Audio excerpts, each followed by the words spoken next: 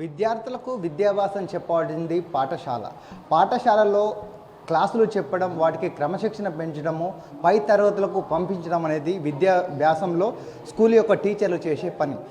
దానికి అనుగుణంగా ఒక పాఠశాలలో మత్తు పదార్థాలను తయారు చేసుకుంటూ దానికి కేంద్రంగా పెట్టుకుంటూ పిల్లలని అడ్డంగా పెట్టుకొని మత్తు పదార్థాలకు అడ్డా కేంద్రంగా మాట్లాడుకున్న పరిస్థితి అనేది మనకు హైదరాబాద్లో ఉంది. హైదరాబాద్ మేడ్చల్ జిల్లాలోని ఓల్డ్ బోయిన్పల్లిలో మేధా పబ్లిక్ స్కూల్ అనేది 7 సంవత్సరాల క్రితం స్థాపించారు. గత 5 సంవత్సరాలుగా వచ్చేసి ఎలాంటి లోటు లేకుండా కూడా ఆ యొక్క స్కూల్ అనేది రన్ అవుతుంది.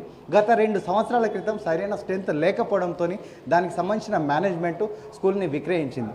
కానీ ఆ విక్రయించిన తర్వాత జయశంకర్ గౌడ్ అనే ఓ వ్యక్తి 2 సంవత్సరాల క్రితం కాంగ్రెస్ ప్రభుత్వం ఏర్పడ్డ తర్వాత కొనుగోలు చేసి దానిలో కేవలం కూడా ఒక 60 నుంచి 70 మంది విద్యార్థులే కూడా ఆ స్కూల్లో చదువుతుంటే 2 అంతస్తుల భవనాన్ని ఏకంగా రన్ చేసుకుంటూ దాంట్లో మత్తు పదార్థం అయినటువంటి ఆల్ఫోజం ఏర్పాటు చేయడానికి దానికి సంబంధించిన పరికరాలు, దానితో పాటుగా ఆల్ఫోజం తయారీ కేంద్రంగా చేసుకొని రన్ చేస్తున్నాడు. ఈ విధంగా తయారైంది ఒక పాఠశాల. ఈ పాఠశాలకు సంబంధించింది మనం ప్రస్తుతం ఇక్కడే ఉన్నాం, మేధా స్కూల్ దగ్గర ఉన్నాం.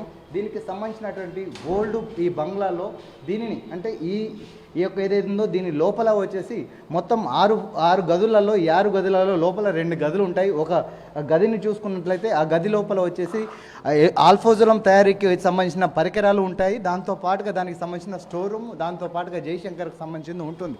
అంటే ఏ విధంగా తయారైంది హైదరాబాద్కు సంబంధించిన స్కూల్ వ్యవస్థ అనేది కావచ్చు, దాంతో పాటుగా ఈ డ్రగ్ వ్యవస్థ అనేది కూడా మనం తెలుసుకోవచ్చు. అంటే మనం విజువల్లో చూడవచ్చు.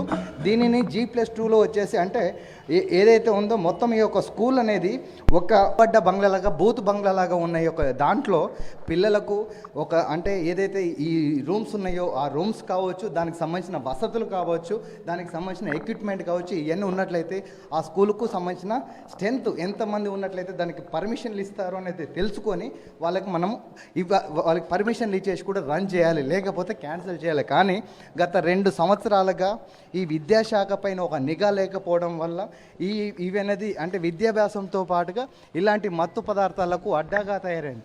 మనము ఇప్పుడు ఏదైతే ఈ కింద గ్రౌండ్ ఫ్లోర్ ఉందో ఈ గ్రౌండ్ ఫ్లోర్లో కూడా విద్యాభ్యాసం చెప్తున్నారు. ఇది దానికి సంబంధించినటువంటి క్లాస్ రూమ్ బోర్డ్ మనం చూడొచ్చు. డేట్ చూడొచ్చు, 12వ తారీఖు 9వ నెల 2025. అంటే నిన్న కూడా క్లాసెస్ అనేది ఇక్కడ రన్ అయ్యి అంటే ఈ కింద ఏదైతే ఉందో మనం 2 ఫ్లోర్ల నుంచి కిందికి వచ్చాము. ఈ 2 ఫ్లోర్లు చూసుకున్నట్లయితే ఈ 2 ఫ్లోర్లలో క్లాసెస్ రన్ అవుతాయి. దాంతోపాటుగా మనం ఈ లోపలికి చూడొచ్చు. ఎలాంటి సెక్యూరిటీ ఉండదు. మనం చూసినట్లయితే మొత్తం అంటే ఏదైతే గేట్ ఉందో ఆ గేట్ నుంచి మొత్తం కూడా ఫ్లోర్ ఉంటుంది. అంటే పిల్లలు కింద పడ్డా కూడా నడుచుకుంటూ వచ్చినా కూడా వాళ్ళకు సేఫ్టీ లేకుండా కూడా తయారైనట్టుగా కనబడుతుంది. అంటే కనీసము స్టెప్స్ లేకపోవడము, ఆ మార్గం సరిగ్గా లేకపోవడం, లోపలికి వచ్చినప్పుడు ఏదైతే లోపలికి వచ్చే ఎంట్రన్స్ ఉందో ఇది ఎంట్రన్స్.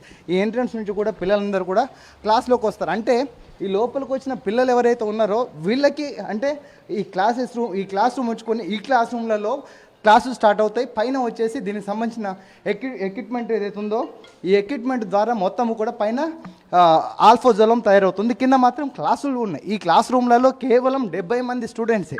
ఈ 70 మంది స్టూడెంట్స్కి ఇక్కడ కింద క్లాస్ రూమ్స్ తయారు చేసుకొని మొత్తం ఈ క్లాస్ రూమ్లో ఉన్న స్ట్రెంత్ ఎంత అంటే 70 మంది. అంటే ఒక స్కూల్కు సంబంధించిన 70 మంది స్ట్రెంత్ ఉన్న స్కూల్లో దాదాపు 2 ఫ్లోర్ల బిల్డింగ్ తీసుకొని దాంట్లో 6 రూమ్లు ఉన్నట్లయితే 6 రూమ్లలో 5 రూమ్లలో క్లాస్ రూమ్లు ఉంచుకుంటూ ఒక రూమ్లో ఆల్ఫోజలం సంబంధించిన పరికరాలు, దాంతోపాటుగా దానికి సంబంధించిన ఏదైతే డ్రగ్ ఉందో దాని అన్నిటి కూడా సంబంధించిన రూమ్ అనేది స్టోర్ రూమ్ అనేది ఏర్పాటు చేసిన. అంటే ఏ విధంగా అంటే దీనికి సంబంధించిన అధికారుల పర్యవేక్షణ లేకపోవడము, దాంతోపాటుగా పోలీస్ నిఘా లేకపోవడం. అంటే ఇది 2 సంవత్సరాలుగా జరుగుతున్నప్పటికీ కూడా దీన్ని పట్టించుకునే నాదుడు లేకపోవడం వల్ల ఇది అంటే ఒక బూత్ బంగ్లాతో పాటుగా మత్తు పదార్థాలకు అడ్డాగా అయింది. దీనిని పోలీసులు ఎందుకు టార్గెట్ చేయలేకపోయారు?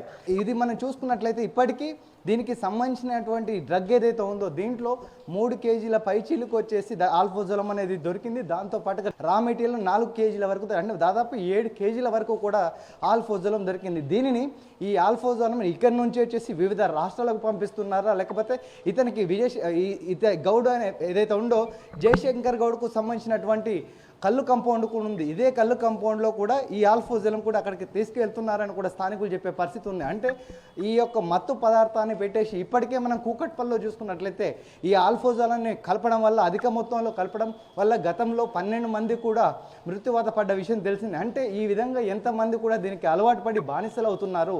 దీనికి కేంద్రంగా ఉన్నటువంటి ఒక స్కూల్ ఏదైతే ఉందో వ్యాసాన్ని నడిపించే ఒక పాఠశాలలో ఈ మత్తు పదార్థాన్ని తయారు చేస్తుంటే దీనిపైన ఒకవైపు విద్యాశాఖ ఎందుకు చూసుకోవట్లేదు, మరోవైపు పోలీస్ శాఖ ఎందుకు చూసుకోవట్లేదని కూడా ప్రతి ఒక్కరికి ప్రశ్నార్థకంగా మారింది.